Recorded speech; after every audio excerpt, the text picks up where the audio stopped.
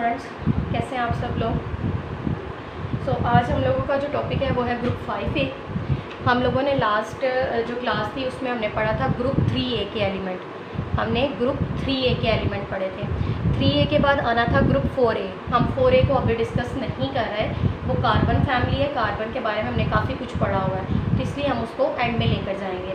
आज हम लोग स्टार्ट कर रहे हैं ग्रुप 5A। ग्रुप 5A हमारे पास कौन सा ग्रुप 5A के जो मेंबर्स हैं वो हमारे पास कौन से हैं, पहले उनको हम देख लेते हैं। हमारे पास ग्रुप 5A में आते हैं nitrogen, phosphorus, arsenic, antimony, bismuth. ये हमारे पास ग्रुप 5A के मेंबर्स हैं। 5 मेंबर हैं नाइट्रोजन, फास्फोरस, आर्सेनिक, एंटीमनी और बिस्मथ। तो जैसे हमने कल पढ़ा था जो जनरल करेक्टरिस्टिक्स हैं, आज इनके बारे में भी वो सारी करेक्टरिस्टिक्स पढ़ेंगे, लेकिन मैं इतना डिटेल में नहीं करवाऊंगी जितना मैं कल करवा चुकी हूँ। ठीक है, तो सबसे पहले तो इनकी जनरल इलेक्ट्रॉनिक कन्फिग्रेशन क्या होती है। इनकी जनरल इलेक्ट्रॉनिक कन्फिग्रेशन होती है जी NS2Np3। ठीक है, NS2Np3 ये इनकी इलेक्ट्रॉनिक कन्फिग्रेशन होती है। सभी मेंबर्स की जनरल इलेक्ट्रॉनिक कन्फिग्रेशन है। इसके अलावा इन सब का atomic size top to bottom क्या करेगा, इंक्रीज़ करेगा। इनका मेटेलिक करैक्टर जिस तरह हमने कल बात की थी, टॉप टू बॉटम इंक्रीज़ करेगा। फिर इसी तरह ऑक्सीडेशन स्टेट की भी हमने कल देखा था, इनर्ट पेयर इफेक्ट की वजह से एक तो अपनी ग्रुप वाली वैलेंसी शो करते हैं और दूसरा ग्रुप से 2 लेस शो करते हैं। तो ये जनरल करेक्टरिस्टिक्स इनकी भी वही होंगी जो हमने ग्रुप 3A में पढ़ी थी, उनको भी आप याद करोगे। लेकिन हमने चूँकि इस चैप्टर का मैंने आपको कहा था कि हम सिलेक्टिव टॉपिक्स सिर्फ पढ़ेंगे, तो हमने इस ग्रुप में से जो पढ़ना है, हमारा जो टॉपिक है वो है ऑक्साइड्स ऑफ नाइट्रोजन। हमारा टॉपिक है ऑक्साइड्स ऑफ नाइट्रोजन। ये हमारा इस टॉपिक का इस चैप्टर का इम्पॉर्टेंट टॉपिक है, ऑक्साइड्स ऑफ नाइट्रोजन। अगर आप लोगों को याद हो तो सेकेंड ईयर में भी हमने नाइट्रोजन के 3 ऑक्साइड पढ़े थे। नाइट्रोजन के 5 ऑक्साइड होते हैं जो स्टेबल हैं, लेकिन एविडेंस ये भी है कि 5 के अलावा 2 अनस्टेबल ऑक्साइड भी मौजूद होते हैं, लेकिन हम उन 2 अनस्टेबल की बात नहीं करेंगे। हम इसके जो स्टेबल 5 ऑक्साइड्स हैं ना, हम उसकी बात करेंगे। नाइट्रोजन यहाँ पे अपने जब ऑक्साइड बनाता है, तो नाइट्रोजन अपने ऑक्साइड्स में, मैं इसको रेस करती हूँ, नाइट्रोजन जब ऑक्साइड बनाता है तो ये डिफरेंट ऑक्सीडेशन स्टेट शो करता है। मतलब नाइट्रोजन +1 भी शो करता है जब अपने ऑक्साइड्स बनाता है, +2 भी शो करता है, +3 भी शो करता है, +5 भी शो करता है। ये 5 डिफरेंट वैलेंसीज शो करता है जब ये अपने ऑक्साइड्स बनाता है। अब ये +1 कहाँ शो करता है, जब ये अपना ऑक्साइड बनाता है डाई नाइट्रोजन ऑक्साइड। ठीक है, मेरा नहीं ख्याल कि मुझे आपको ऑक्सीडेशन स्टेट निकालना बतानी चाहिए, एक बता देती हूँ, बाकियों में आप खुद देख लीजिएगा। देखो N2O है, ऑक्सीजन की होती है -2, तो अगर इसकी -2 है तो इसकी अगर आप निकालो, वो 9th क्लास में चले जाओ, ऑक्सीडेशन रूल निकालने के मेथड जो थे। अगर ये -2 है तो ऑब्वियसली ये +1 ही होगी, तभी तो इन दोनों का सम क्या आएगा, 0। तो इसी तरह ये बाकी एलिमेंट भी इसके ऑक्साइड्स हैं जिसमें ये +2 ये शो करता है जब ये नाइट्रिक ऑक्साइड बनाता है NO। ठीक है, +3 शो करता है जब ये डाई नाइट्रोजन ट्राई ऑक्साइड बनाता है, तब ये +3 शो करता है। और जब ये नाइट्रोजन डाइऑक्साइड, जिसको हम नाइट्रोजन का पर ऑक्साइड भी कहते हैं, उसमें +4 शो करता है। और जब ये डाई नाइट्रोजन पेंटा ऑक्साइड बनाता है तब इसकी ऑक्सीडेशन स्टेट होती है 5+5। इसके जितने भी ऑक्साइड्स हैं, ये तमाम ऑक्साइड, पहले 4 ऑक्साइड सारे के सारे गैसेस होते हैं। जो लास्ट वाला है ये सॉलिड फॉर्म में होता है, और इसको आप सुब्लिमाइन भी कर सकते हो। सुब्लिमाइन क्या होता है, डायरेक्ट सॉलिड से गैस में चेंज कर सकते हो। तो ये अपने ये 5 तरह के डिफरेंट ऑक्साइड हैं जो नाइट्रोजन बनाता है। हमने इन ऑक्साइड्स के बारे में पढ़ना है। इन ऑक्साइड्स को हम प्रिपेयर कैसे कर सकते हैं, 1 बाय 1 इनको देखेंगे हम कि इनको प्रिपेयर कैसे कर सकते हैं, इनकी प्रॉपर्टीज़ क्या हैं और इनके यूजेस क्या हैं। बच्चों एक बात मैं आपको रिवाइज़ करवाती हूँ। चैप्टर सेकेंड ईयर में जब हमने नाइट्रोजन के ऑक्साइड्स पढ़े थे, तो हमने यहाँ पर 3 ऑक्साइड्स इसमें से पढ़े हुए हैं। और आपको याद होगा कि उन ऑक्साइड्स को जब हमने पढ़ा था तो हमारे पास जो सीक्वेंस होता था, सबसे पहले हम पढ़ते थे उस ऑक्साइड को प्रिपेयर कैसे कर सकते हैं। एक प्रिपरेशन मेथड होता था फिर हम पढ़ते थे उसकी प्रॉपर्टीज़ क्या हैं, हम कम से कम 2 या 3 उसके रिएक्शंस पढ़ते थे प्रॉपर्टीज़ में। फिर उसके बाद हम देखते थे इसके यूजेस क्या हैं। और एक ऑक्साइड का जो प्रेपरेशन मेथड होता था वो अगले वाले की प्रॉपर्टी होती थी, इसकी जो प्रॉपर्टी थी वो अगले वाले की प्रेपरेशन है। तो एक ही रिएक्शन को आप 2 या 3 ऑक्साइड्स में लिख सकते हो। एक याद कर लो तो 2 या 3 में आप उसी को रिवाइज कर सकते हो। नए नए रिएक्शन याद करो, एक कर लो वो 2-3 में चला दो, फिर एक कर लो वो 2-3 में चला दो। तो मैं आपको यही कहूँगी कि जो सेकेंड ईयर में आपने ऑक्साइड्स पढ़े थे, जो मेथड उनके पढ़े थे 1-1, 2-2, आप उन्हीं को याद करिएगा। और आपको पता उसमें कुछ भी कॉन्सेप्चुअल नहीं था, वो जस्ट रिएक्शन याद रखने हैं। तो मैं आपको यहाँ पे ना तो प्रेपरेशन करवाऊँगी ना इनकी प्रॉपर्टीज़, मैं जस्ट आपको बताऊँगी कि इनके यूजेस क्या हैं। फिज़िकल प्रॉपर्टीज़ को हम देखेंगे और यूजेस को देखेंगे, बाकी जो इनके रिएक्शंस हैं वो आप खुद करोगे, वो आप चाहे सेकेंड ईयर की बुक से तैयार कर लो।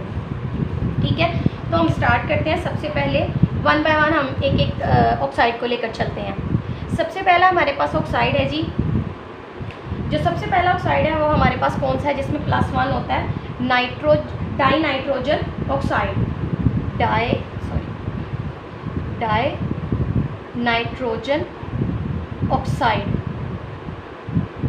Nitrogen oxide N2O। इसकी प्रॉपर्टीज़ क्या है यहाँ पे मैं साथ साथ लिखती जाती हूँ। कलरलेस गैस होती है, ये तो हमें पता है कि 4 ऑक्साइड सारे क्या हैं, गैसेस हैं, लेकिन ये कलरलेस होती है। ठीक है, कलरलेस गैस होती है। अनप्लीजेंट इसका ऑर्डर होता है, अनप्लीजेंट ऑर्डर। ठीक है, इसका स्वीट टेस्ट होता है। स्वीट टेस्ट से आपको याद आ गया होगा कि इसको हम लाफिंग गैस भी बोलते हैं। जब आप इसकी लार्ज अमाउंट को इनहेल कर देते हो तो ये हिस्टेरिकल लाफ्टर प्रोड्यूस करता है, जिसको हम इसकी वजह से हम इसको क्या कहते हैं, लाफिंग गैस। ठीक है, इसका स्वीट टेस्ट होता है और जब लार्ज अमाउंट आप इसकी इनहेल करते हो तो एक हिस्टेरिकल लाफ्टर प्रोड्यूस करता है, जिसको हम क्या कहते हैं, लाफिंग गैस। सॉरी बच्चों, ठीक हो गया। तो ये इसकी प्रॉपर्टीज़ है। उसके बाद ये तो सिंपल है, ये हमने पढ़ा भी हुआ है। आगे हम बात करते हैं अगले ऑक्साइड की। नेक्स्ट ऑक्साइड है हमारे पास नाइट्रिक ऑक्साइड। याद है किसी को 9th क्लास में हमने पढ़ा था 10th में कि ये नाइट्रिक ऑक्साइड कैसे बनता है। जो इलेक्ट्रिकल लाइटनिंग होती है, बिजली के चमकने से ये एक सेकेंड बच्चों, लाइट ऑफ हो गई है, सॉरी बच्चों। तो नाइट्रिक ऑक्साइड कैसे बनता है, इससे इलेक्ट्रिक लाइटनिंग, जो बिजली की चमक होती है उससे भी उसमें नाइट्रिक ऑक्साइड प्रोड्यूस होता है। तो बात करते हैं इसकी प्रॉपर्टीज़ की। सबसे पहले है तो ये भी गैस, तो कलरलेस गैस होती है। ठीक है, लेकिन हवा से ज़्यादा होती है, हैवियर होती है, हैवियर देन एयर। वाटर में ये सोलेबल होती है बट स्पेरिंगली सोलेबल होती है वाटर में। ठीक है, लेकिन लिटमस सोल्यूशन पे इसका कोई इफेक्ट नहीं होता। लिटमस सोल्यूशन पे ये न्यूट्रल रहती है, न्यूट्रल टू लिटमस सोल्यूशन। ठीक हो गया। अब जो इसका ना हमने पढ़ा हुआ है कि ये पोल्यूशन कॉज करता है। अगर किसी को याद हो, नाइट्रिक ऑक्साइड क्या करता है, पोल्यूशन कॉज करता है। तो अगर अपर लेयर में नाइट्रोजन ऑक्साइड की जो अगर ये मौजूद हो, एटमॉस्फेयर की अपर लेयर में अगर नाइट्रिक ऑक्साइड मौजूद हो तो ये बहुत ज़्यादा नुकसानदेह होता है, क्योंकि ये क्या करता है, जो नाइट्रिक ऑक्साइड होता है ये ओजोन को डीकम्पोज कर देता है। अब ओजोन क्या है, हमारी प्रोटेक्टिव लेयर होती है। अगर ओजोन टूट जाएगी, डीकम्पोज हो जाएगी, मतलब हमारी प्रोटेक्टिव लेयर टूट गई। जब प्रोटेक्टिव लेयर टूट जाएगी तो क्या होगा कि जो सन की अल्ट्रावायलेट रेडिएशंस जो है, जो बहुत हार्मफुल होती हैं, वो डायरेक्ट अर्थ पे आएंगी और बहुत सारी प्रॉब्लम क्रिएट करती हैं, जिसमें बहुत सारी डिजीज़ भी होती हैं जो इसकी वजह से होती हैं। तो इसलिए नाइट्रिक ऑक्साइड जो है वो बहुत ज़्यादा पोल्यूशन भी क्रिएट करता है और हार्मफुल भी होता है। ठीक हो गया। इसके अलावा आपको याद हो तो जब हमने MOT थ्योरी पढ़ी थी तो मैंने आपको बताया था हेट्रोटोमिक मॉलिक्यूल्स का आपने MOT डायग्राम बनानी है। तो उसमें मैंने आपको कहा था NO का भी स्ट्रक्चर आपने बनाना है। मैं उम्मीद करती हूँ आप लोगों ने NO का बनाया होगा। तो जब आपने NO का स्ट्रक्चर बनाया होगा तो आपने वहाँ पे चेक किया होगा कि ये पैरामैग्नेटिक होता है। NO क्या होता है? पैरामैग्नेटिक, मतलब इसके अंदर अनपेयर्ड इलेक्ट्रॉन मौजूद होते हैं। ठीक है, नाइट्रिक ऑक्साइड पैरामैग्नेटिक नेचर का होता है। उसके अलावा हम नाइट्रिक ऑक्साइड को यूज़ कहाँ पे करते हैं? हम नाइट्रिक ऑक्साइड को यूज़ करते हैं HNO3 की मैन्युफैक्चरिंग में। HNO3 की मैन्युफैक्चरिंग में हम इसको यूज़ करते हैं। इसके अलावा हमने आज के टॉपिक में पढ़ना भी है, सल्फ्यूरिक एसिड को जब हम प्रिपेयर करते हैं लेड चैम्बर प्रोसेस में तो हम इसको एज अ कैटलिस्ट भी यूज़ करते हैं। As a catalyst used in the manufacturing of sulphuric acid. ठीक है, तो ये इसके यूजेस हैं और कुछ इसकी प्रॉपर्टीज़ हैं। कलरलेस गैस होती है, हवा से भारी होती है, वाटर में स्पेरिंगली सॉल्युबल होती है, लिटमस सोल्यूशन की तरफ ये न्यूट्रल होती है, पैरामैग्नेटिक नेचर की होती है, HNO3 की मैन्युफैक्चरिंग में यूज़ होती है और सल्फ्यूरिक एसिड की मैन्युफैक्चरिंग में एज अ कैटलिस्ट यूज़ होती है। ठीक हो गया बच्चों। उसके बाद अब तीसरा ऑक्साइड है जी, उसको देखते हैं। तीसरा ऑक्साइड हमारे पास कौन सा है? नेक्स्ट है जी हमारे पास,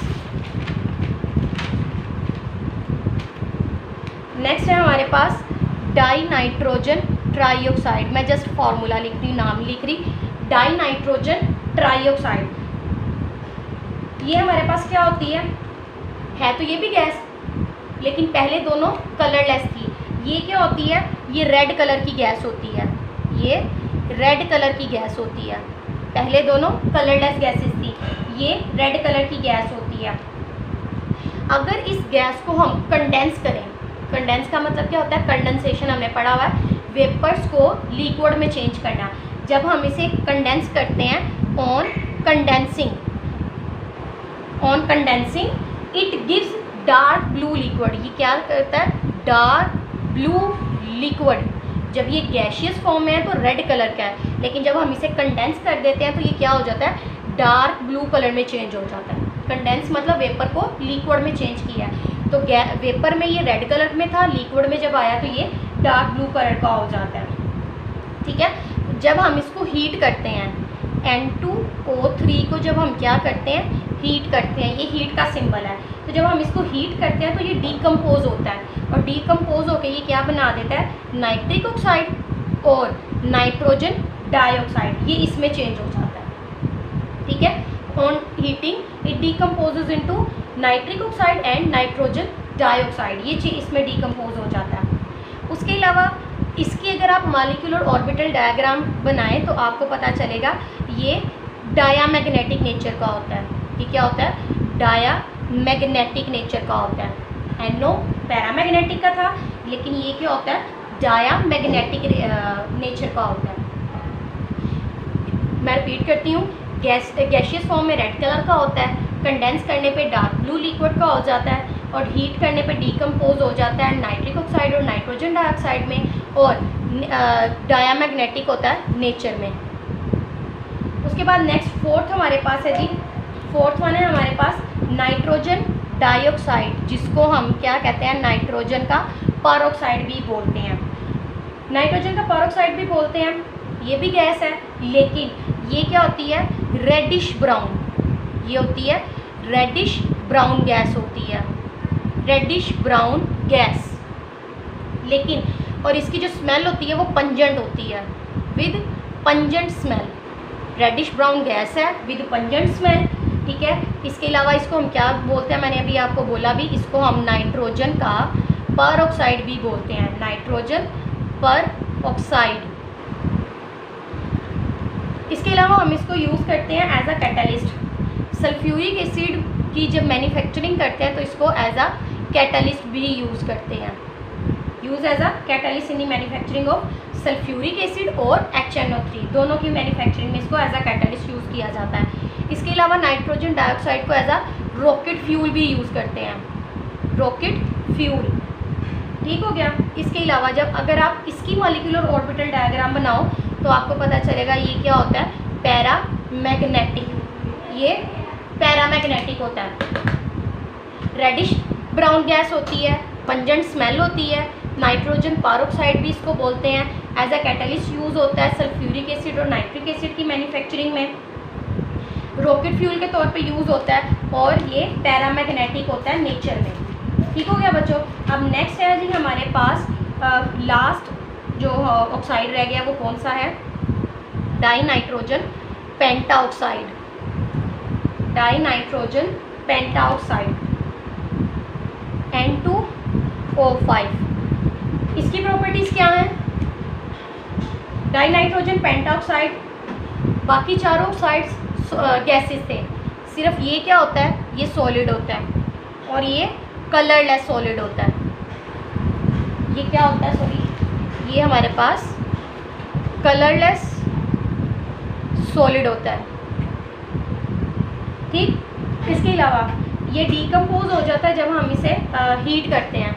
इवन अगर आप इसको रूम टेम्परेचर पे भी हीट करो, N2O5, ये रूम टेम्परेचर पे भी अगर आप इसको हीट करो तो ये क्या हो जाता है? डीकम्पोज हो जाता है। ठीक है। तो इसमें से ये कुछ इतना इसकी ज़्यादा प्रॉपर्टीज़ नहीं है, बाकी जो चार तो उनकी प्रॉपर्टीज़ और रिएक्शन थे जो आपको एज ऑब्जेक्टिव आपने याद रखनी है और इसको फिंगर टिप पे याद रखिएगा। अब इन ऑक्साइड्स का हमने इन ऑक्साइड्स को क्यों पढ़ा है? इन ऑक्साइड्स के बारे में पढ़ने की एक वजह ये थी कि ये जितने भी ऑक्साइड है, नाइट्रोजन के ऑक्साइड, ये क्या करते हैं? इन्वायरमेंटल पोल्यूशन क्रिएट करते हैं। ये क्या करते हैं? ये पोल्यूशन क्रिएट करते हैं। अगर आप लोगों को याद हो तो हम लोगों ने 10th क्लास में भी पढ़ा हुआ है, उसमें एटमॉस्फेयर वाले चैप्टर में, कि जो कार्बन के ऑक्साइड्स हैं, oxides of carbon, nitrogen, sulphur, इसी तरह इनके जो ऑक्साइड्स होते हैं वो पोल्यूशन क्रिएट करते हैं। तो जो नाइट्रोजन के ऑक्साइड हम लोगों ने पढ़े हैं, इसकी वजह से, इनके ऑक्साइड्स की वजह से हमारे पास क्रिएट होती है जी स्मोक। याद आया? सेकेंड ईयर में हमने लास्ट चैप्टर में पढ़ी थी स्मोक। अब आपको पता है फोग और स्मोक एक चीज़ नहीं होते। स्मोक एक अलग चीज़ होती है जो बहुत ज़्यादा हार्मफुल भी होती है। जब फोग और स्मोक ये कंबाइन होते हैं तो हमारे पास आती है जी स्मोक। और हमने पढ़ा था कि ये स्मोक दो तरह की होती है, एक ऑक्सीडाइजिंग स्मोक भी होती है, रिड्यूसिंग स्मोक भी होती है। उसमें हमने पढ़ा था फोटोकेमिकल स्मोक भी हमने पढ़ी थी। ठीक है। तो ये जो हमारे पास इसमें greenhouse effect smoke, greenhouse effect, global warming भी, greenhouse effect, global warming, acid rain, ये सारे क्या हैं? इन्वायरमेंटल पोल्यूशन किसकी वजह से होती है? नाइट्रोजन के ऑक्साइड्स की वजह से होती है। जब इन ऑक्साइड्स की कंसंट्रेशन बहुत ज़्यादा होती है, आपने पढ़ा है प्राइमरी पोल्यूटेंट्स होते हैं, फिर सेकेंडरी पोल्यूटेंट्स बनाते हैं, फिर वही सेकेंडरी पोल्यूटेंट जब नीचे आते हैं तो एसिड रेन बनाते हैं। कार्बन डाइऑक्साइड की कंसंट्रेशन ज़्यादा होती जाए तो ग्लोबल वार्मिंग उसकी वजह से होती है। तो ये जितने भी फिनोमेनाज हैं इन्वायरमेंटल पोल्यूशन के, ये सारे के सारे जो ऑक्साइड्स की वजह से होते हैं, चाहे वो कार्बन के ऑक्साइड हैं, नाइट्रोजन के हैं या इसके सल्फ़र के हैं। तो नाइट्रोजन के ऑक्साइड्स पढ़ने की वजह ये थी कि हमने इन्वायरमेंटल पोल्यूशन पढ़नी है, जिसमें हमारे पास सबसे इंपॉर्टेंट है जी स्मोक। तो स्मोक मैंने आपको हाईलाइट कर दिया, आपने पढ़ा भी हुआ है, इसको आप डिटेल से अगर आपने देखना तो आप सेकेंड ईयर की बुक से भी देख सकते हो। ठीक है। इसके बाद जी हमारा ये आप खुद देखेंगे स्मोक के बारे में। जिसको समझ नहीं आएगी वो मुझे टेक्स्ट कर दे, मैं आपको फिर करवा दूँगी। लेकिन उम्मीद है आप सब लोगों को, आप सब ने ये पढ़ा होगा तो आप सबको आता होगा। ठीक हो गया। अब नेक्स्ट है जी हमारे पास ग्रुप 6A। ग्रुप 6A के एलिमेंट। ग्रुप 6A हमारे पास कौन सा एलिमेंट, कौन सा ग्रुप है? ग्रुप 6A में आते हैं जी हमारे पास ऑक्सीजन, सल्फ़र, सेलेनियम, टिलेरियम, पोलोनियम। ये हमारे पास ग्रुप 6A के एलिमेंट हैं। अब ग्रुप 6A के एलिमेंट ऑक्सीजन, सल्फ़र, सेलेनियम, टिलेरियम और पोलोनियम, इनकी ऑक्सीडेशन स्टेट अगर हम जर्नल इलेक्ट्रॉनिक कन्फिग्रेशन की बात करें तो वो हमारे पास क्या होगी? 5 की बात की थी तो P में 3 थे।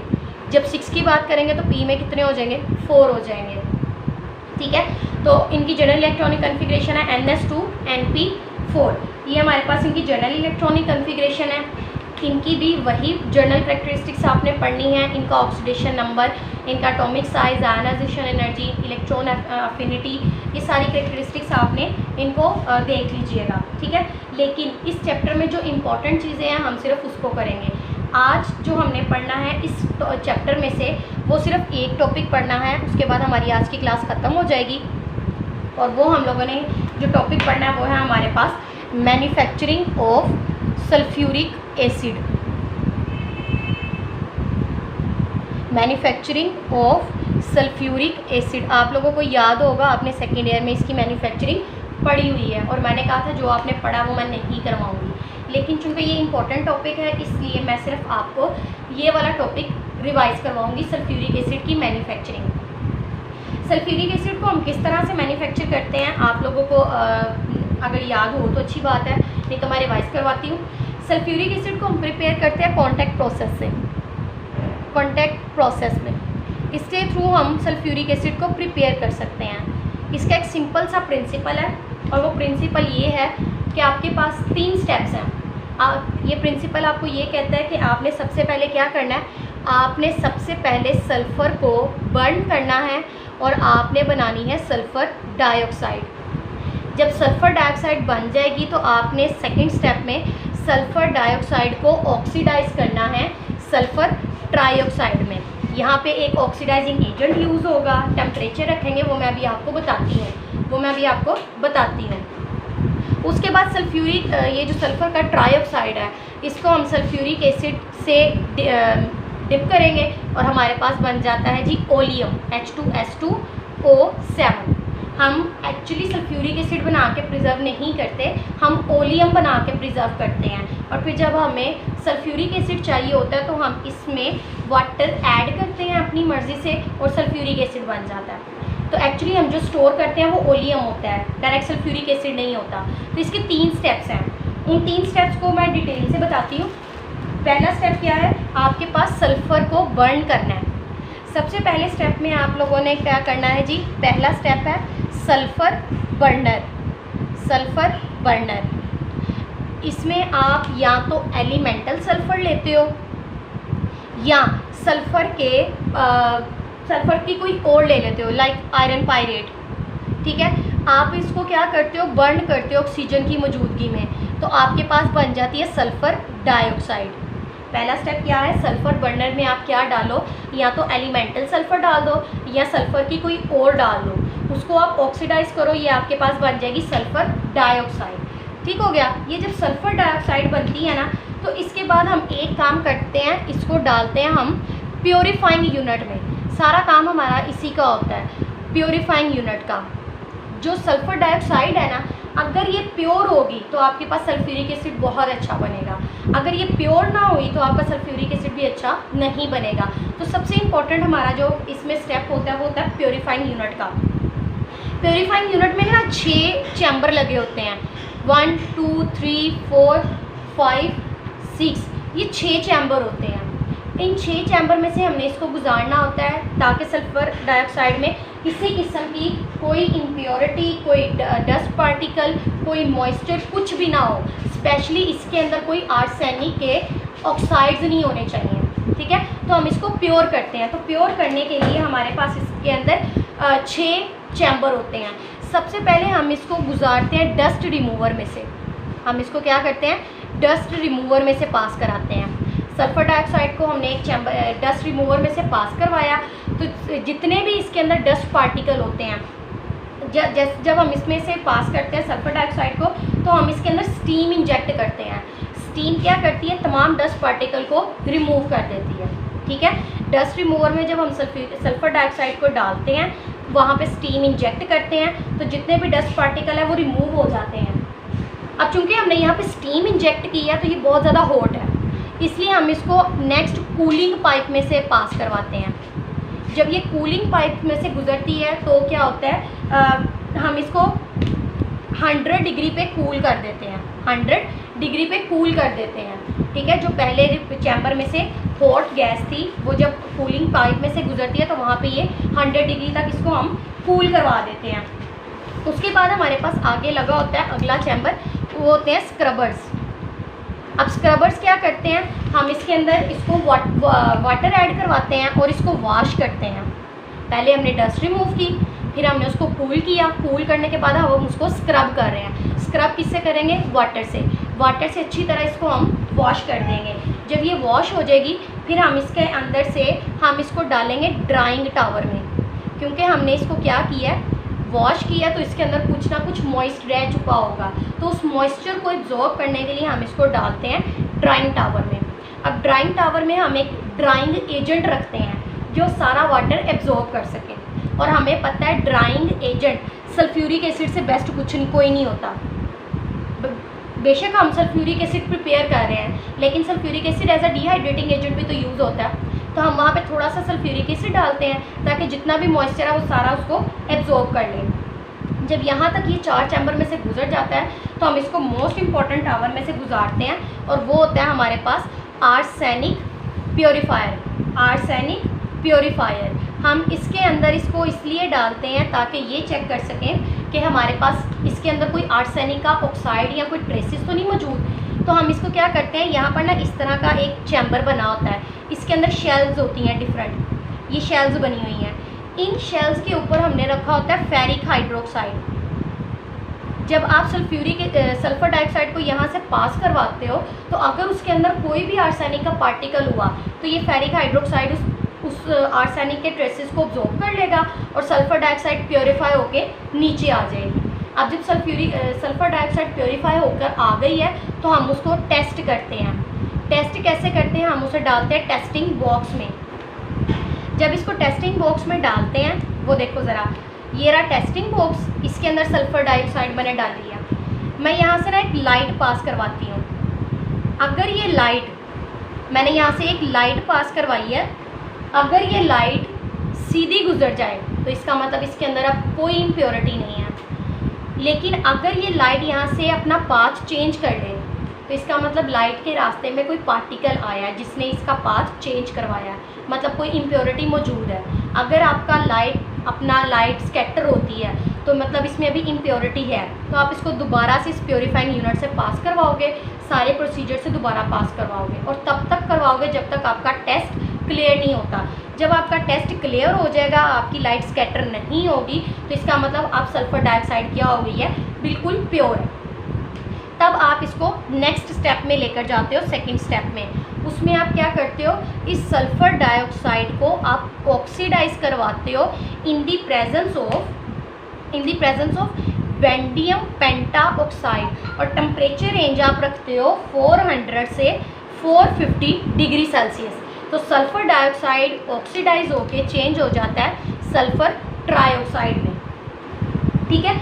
सबसे इम्पोर्टेंट हमारा जो स्टेप है वो यही वाला होता है, सल्फर ट्राइऑक्साइड बनाना। आपने सेकेंड ईयर में पढ़ा भी हुआ है कि आपने इसका सल्फर ट्राइऑक्साइड की जो प्रोडक्ट है इसकी कंसंट्रेशन ज़्यादा करनी है तो आपके पास सूटेबल टेम्परेचर ये वाला होता है, क्या सूटेबल कैटालिस्ट ये वाला है। तो आपके पास मैक्सिमम जैसे जैसे सल्फर ट्राइऑक्साइड बनती जाए आप इसको निकालते जाएँ, ठीक है। जब सल्फर ट्राइऑक्साइड बन जाती है तो थर्ड स्टेप में आप इसको क्या करते हो, सल्फर ट्राइऑक्साइड के अंदर आप डालते हो सल्फ्यूरिक एसिड जो प्योर होता है, ठीक है। ये सल्फ्यूरिक एसिड से रिएक्ट करके बना देती है पायरोसल्फ्यूरिक एसिड या फिर ओलियम H2S2O7, इसको हम कहते हैं ओलियम या फिर पायरोसल्फ्यूरिक एसिड। क्योंकि हम जो मैन्युफैक्चरर्स होते हैं वो डायरेक्ट सल्फ्यूरिक एसिड को प्रिजर्व नहीं करते हैं, वो ओलियम बना के रखते हैं। ओलियम बना के स्टोर कर लिया। अब जब कोई कस्टमर आएगा उसे चाहिए सल्फ्यूरिक एसिड, मतलब अगर कोई आता है वो कहता है जी मुझे 50% सल्फ्यूरिक एसिड चाहिए, एक आता है वो कहता है मुझे 80% सल्फ्यूरिक एसिड चाहिए। तो वो क्या करते हैं मैन्युफैक्चरर्स, ओलियम को बना के स्टोर किया। अगर मुझे डाइल्यूट सल्फ्यूरिक एसिड चाहिए तो वो ओलियम के अंदर उस हिसाब से ज़्यादा पानी डालेगा तो वो क्या बन जाएगा, सल्फ्यूरिक एसिड। मैं यहाँ पे लिखती हूँ, इस ओलियम के अंदर वो क्या डालेगा, वाटर, तो ये क्या बन जाएगा, सल्फ्यूरिक एसिड। जितने % आपको सल्फ्यूरिक एसिड चाहिए उस हिसाब से इसके अंदर वाटर ऐड करवाया जाता है। तो जितना आप वाटर ऐड करोगे आपके जो सल्फ्यूरिक एसिड की कंसनट्रेशन है वो कंसनट्रेटेड भी हो सकता है, वो डाइल्यूट भी हो सकता है, लेकिन स्टोर हम क्या करते हैं, ओलियम, ठीक है। तो ये कॉन्टैक्ट प्रोसेस के थ्रू हम सल्फ्यूरिक एसिड को प्रिपेयर करते हैं, 3 स्टेप मैं रिपीट करती हूँ। सबसे पहला है सल्फ़र बर्नर, उसमें आप एलिमेंटल सल्फ़र या उसकी कोई भी और को आप बर्न करते हो, सल्फ़र डाइऑक्साइड बन जाती है। उस सल्फ़र डाइऑक्साइड को आप प्योरीफाइंग यूनिट में डाल के प्योरीफाई करते हो। 6 उसमें चैम्बर होते हैं। सबसे पहले स्टीम डाल के आप डस्ट रिमूव करते हो, फिर कूलिंग पाइप्स में डाल के आप उसे कूल करते हो, फिर स्क्रबर्स में डाल के आप उसको वाटर से वॉश करते हो, फिर ड्राइंग टावर में डालते हो और उसका मॉइस्ट एब्जॉर्ब करवाते हो, फिर आर्सेनिक प्योरीफायर में डालते हो जिसमें फेरिक हाइड्रोक्साइड होता है और सारे आर्सेनिक ऑक्साइड एब्जॉर्ब करता है। फिर टेस्टिंग बॉक्स में डाल के आप उसको टेस्ट करते हो। जब वो बिल्कुल प्योर होती है तो आप उसको ऑक्सीडाइज करते हो in the presence of vanadium pentoxide और टेम्परेचर रेंज होती है 400 to 450। आपके पास बनती है सल्फर ट्राइऑक्साइड। इस सल्फर ट्राइऑक्साइड को आप सल्फ्यूरिक एसिड से रिएक्ट करवा के बनाते हो ओलियम। इस ओलियम को आप स्टोर करते हो और फिर अपनी रिक्वायरमेंट के मुताबिक उसके अंदर वाटर डाल के आप सल्फ्यूरिक एसिड को प्रिपेयर कर लेते हो। यहाँ तक आज की हमारी क्लास थी। इस चैप्टर के अंदर से हमने सल्फ़र के जो ऑक्साइड्स पढ़ने हैं या मज़ीद जो टॉपिक्स पढ़ने हैं वो इंशाल्लाह नेक्स्ट क्लास में पढ़ेंगे। आज के लिए इतना ही, और किसी बच्चे को अगर नहीं क्लियर हुआ होगा कुछ भी तो आप लोग मुझे ग्रुप में मैसेज कर दीजिएगा, मैं आपको वहाँ पे एक्सप्लेन कर दूँगी। ओके बच्चों, अल्लाह हाफिज़।